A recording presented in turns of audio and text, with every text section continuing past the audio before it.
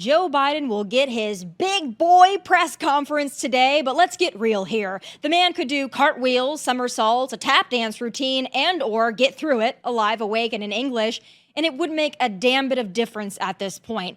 2 weeks ago, at that debate, the world saw what Fox News, Outkick, and people with eyes and ears have been seeing for 5 years plus now.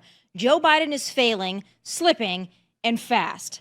And now that the leftist media and several elected Democrats and now even Hollywood has turned sour on Joe, there's no putting that genie back in the bottle.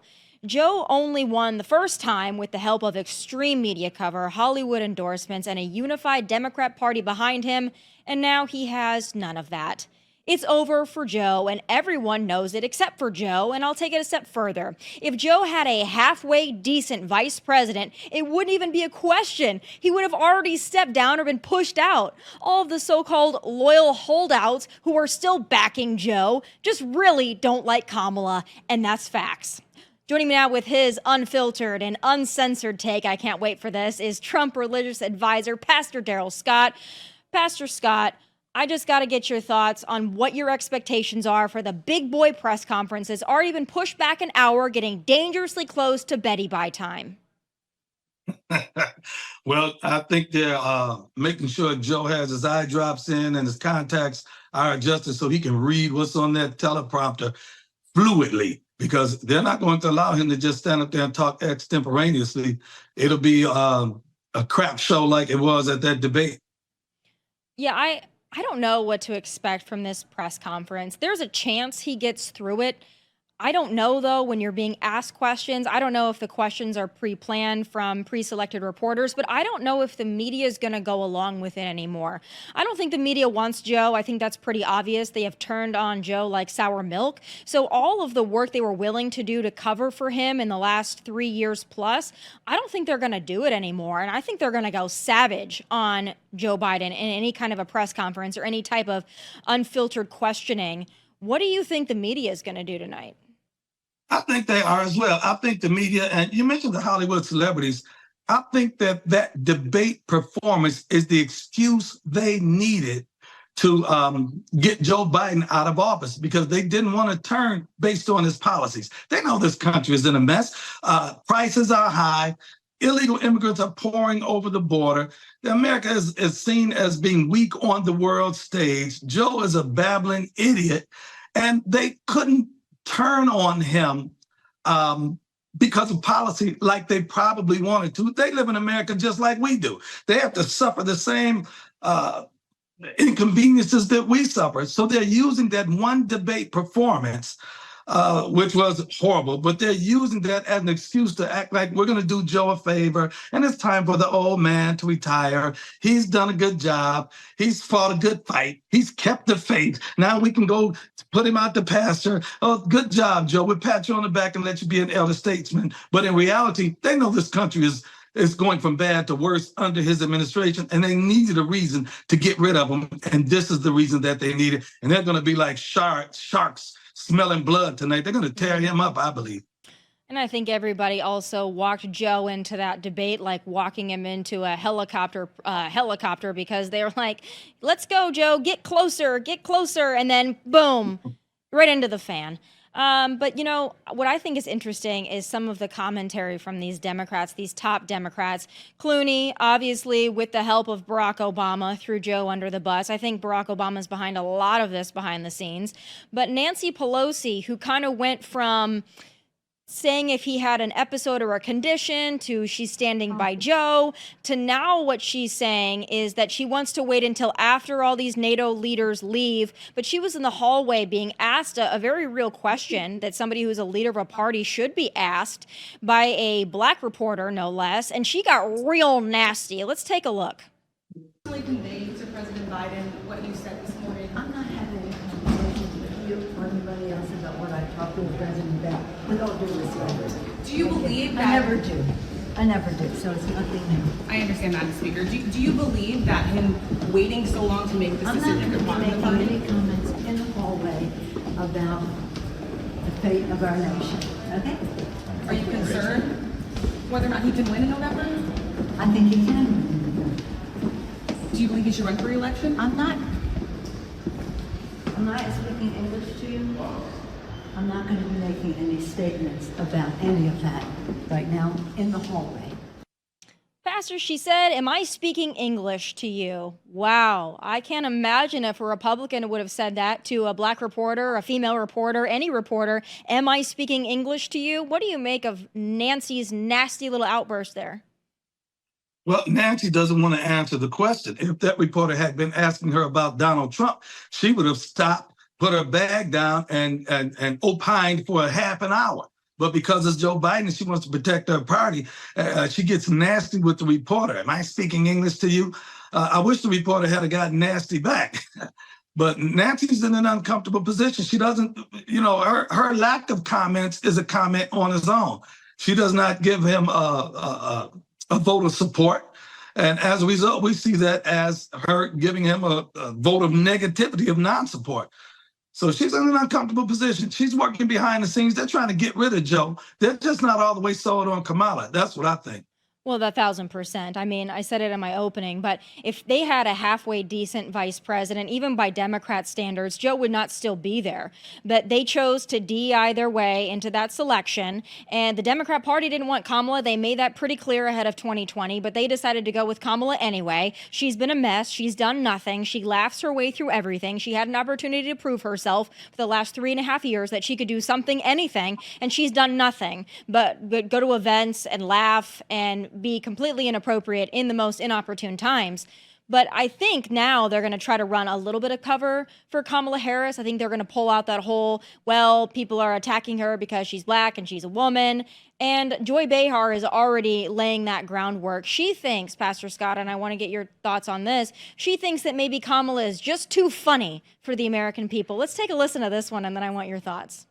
Ticks me off about him, though, is this laughing Kamala remark. It's such a sexist remark, because a guy I was with over the weekend, a friend of mine, they said Kamala's laugh annoys me. Remember they said that about Hillary's laugh, that she was cackling.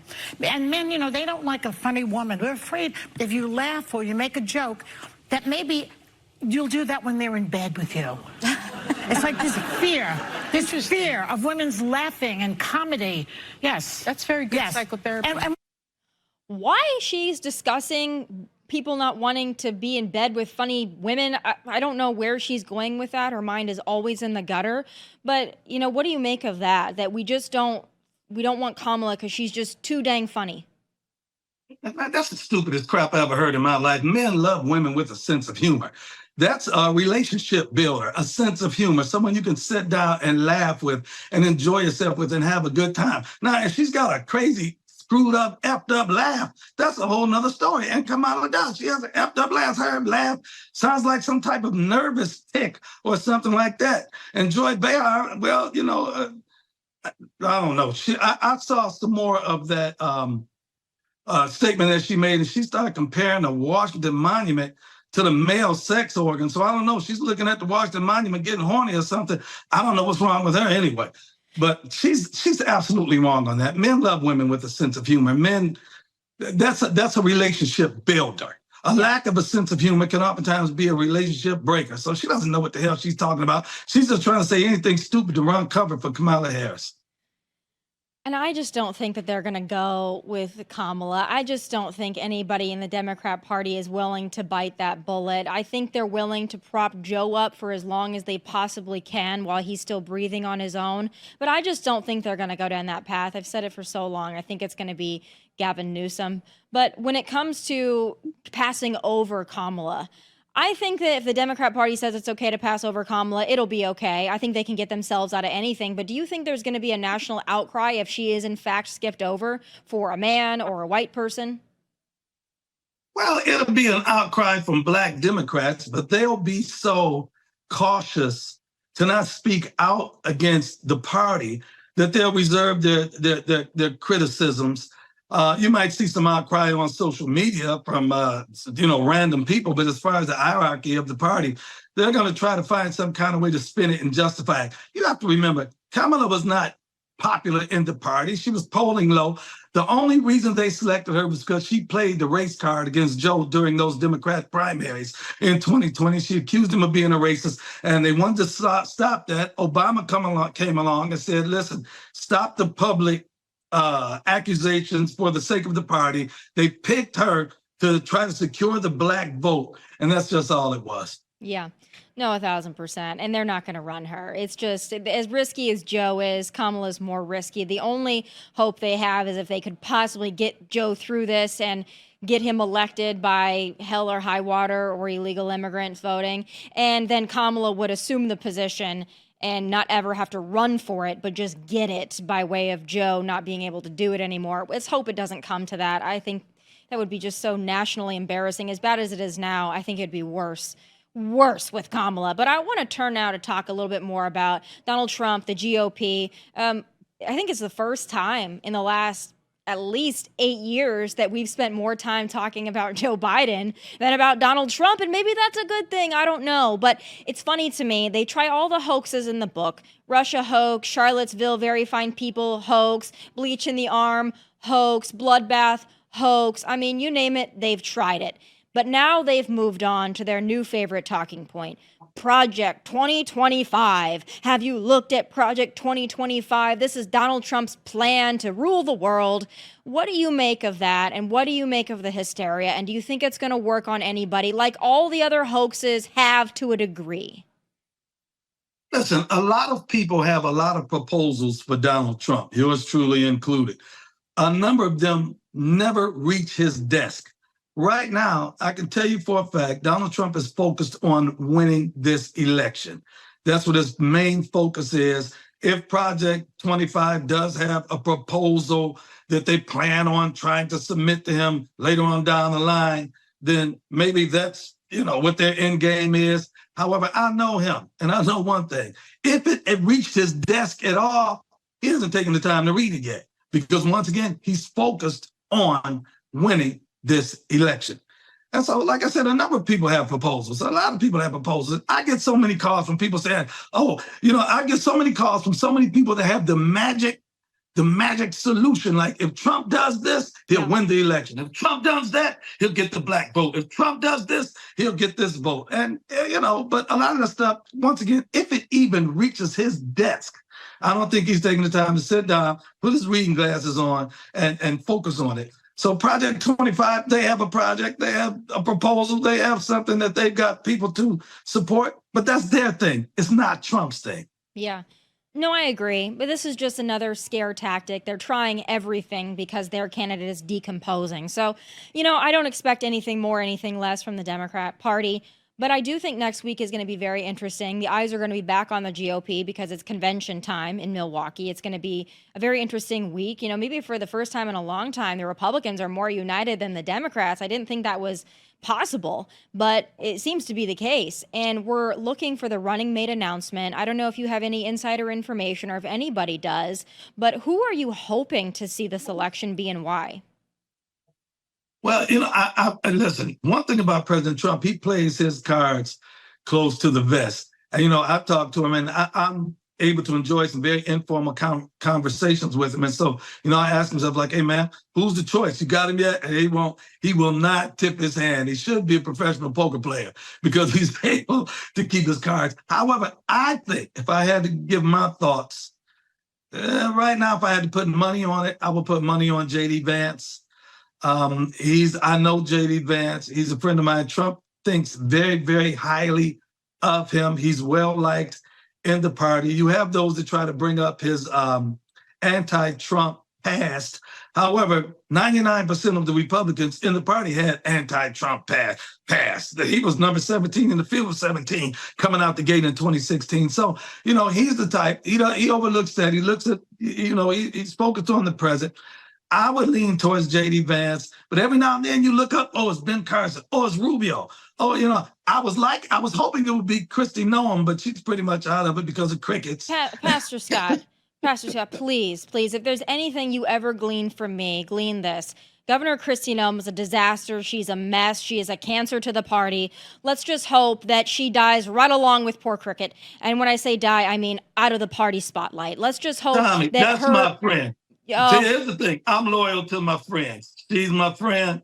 And so I go with my friends. They said the same thing about Trump in 2016. He's a cancer to the party. no, Why are you supporting him? but And all I can say was, that's my friend. Well, and that's why I'm rolling you with can you can stick with Kristi, but I hope that she, once she's done being the governor of my home state, I hope that she goes away and does something else, maybe more endorsements for teeth work or something. I hope that that's where she goes and lives a life outside of politics. That's my hope Wait a for minute, her. wait a minute. Listen, you're being too vague and ambiguous. Tell me what you really think about Kristi Noem.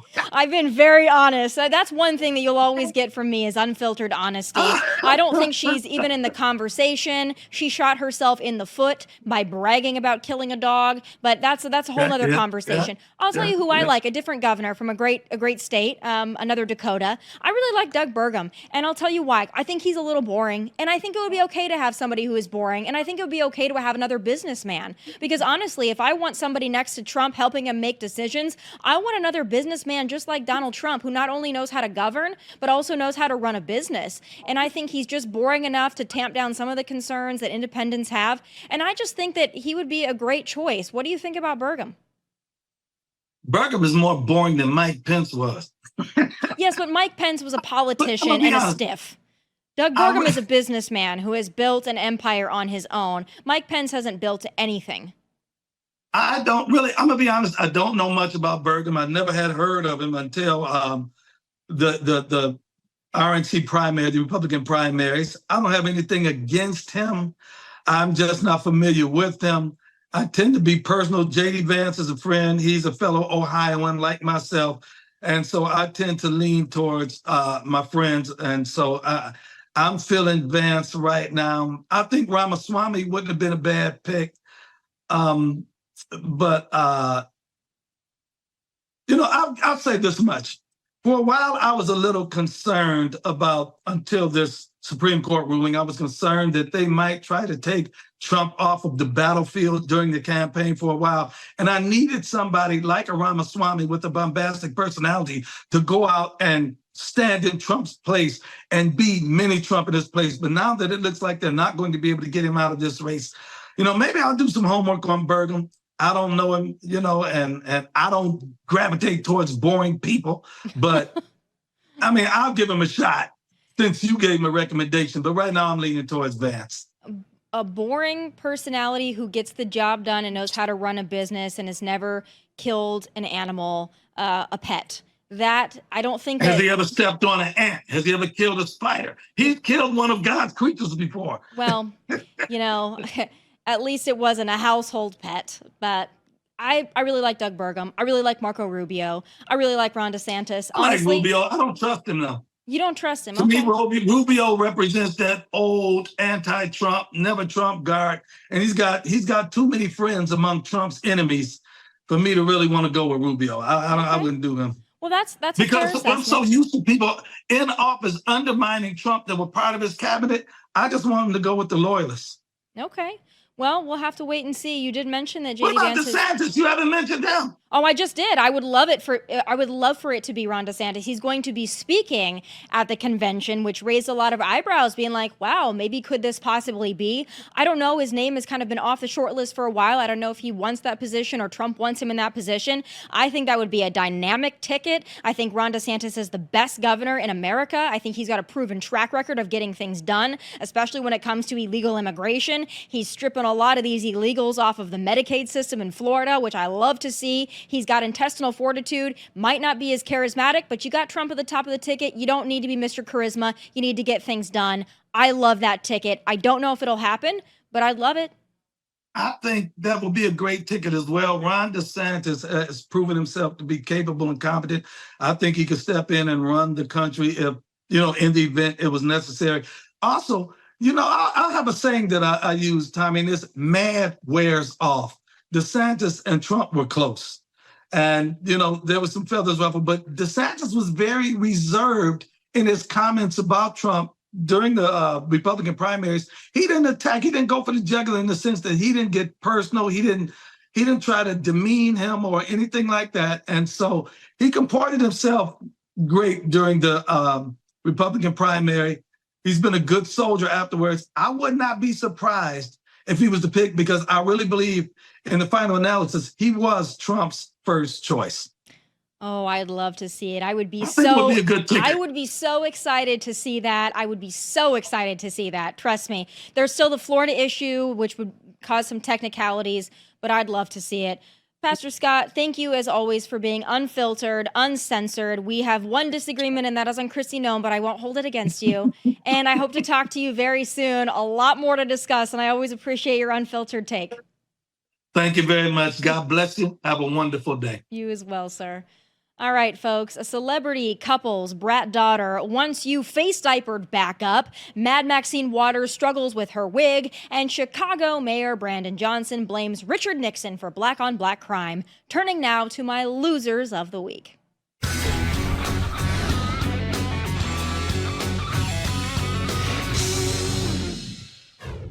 Oh, it's been a hell of a week watching both Joe Biden and his party decompose before our very eyes, but there's more folks in the circus that deserve their award for Loser of the Week, starting with the spawn of celebrity couple Ben Affleck and Jennifer Garner. COVID has been over for at least 3 years, but apparently not for her. Not only is she committed to face diapering, she thinks the little people in LA County should be forced to as well. Hi, Violet Affleck, Los Angeles resident, first-time voter, I'm 18. I contracted a post-trial condition in 2019. I'm okay now, but I saw firsthand that medicine does not always have answers to the consequences of even minor viruses. The COVID-19 pandemic has thrown that into sharper relief. 1 in 10 infections leads to long COVID, which is a devastating neurological cardiovascular illness that can take away people's ability to work, move, see, and even think, stands to exacerbate our homelessness crisis, as well as the suffering of many people in our city. It hits communities of color, disabled people, elderly people, trans people, women, and anyone in a public-facing essential job the hardest. To confront the long COVID crisis, I demand mask availability, air filtration, and far UVC light in government facilities, including jails and detention centers, and mask mandates in county medical facilities. We must expand the availability of high-quality free tests and treatment, and most importantly, the county must oppose mask bans for any reason. They do not keep us safer. They make vulnerable members of our community less safe and make everyone less able to participate in Los Angeles together. Thank you. Unfortunately, you could still hear her speak through her duck mask, but I think I speak for America when I say that little elitist brat can strap whatever she wants to her face, but like hell will anyone else be compelled by her demands. The audacity of that little twerp is really something, and liberalism is not only a disease, but it's the disease. Speaking of derangement, California Congresswoman Mad Maxine Waters was booked on CNN to discuss the very real and very serious implications of Joe Biden's senility, but apparently all Mad Max cared about was her head accessory. Take a look. They've seen President Biden. They've lived through his presidency. They've also seen former President Trump. They've lived through his presidency. They've heard these arguments about democracy, about the fate of the election, and yet Trump is not only winning, but winning increasingly by a larger margin. So what is the plan among Democrats to change that trajectory? It sounds like you're talking about saying and doing all the same things, but do you believe that something needs to change? I think we need to keep working. I am so glad she finally got that sucker adjusted in the end. But when Mad Max isn't focused on her beauty, she's focused on blaming all societal ills on Donald Trump.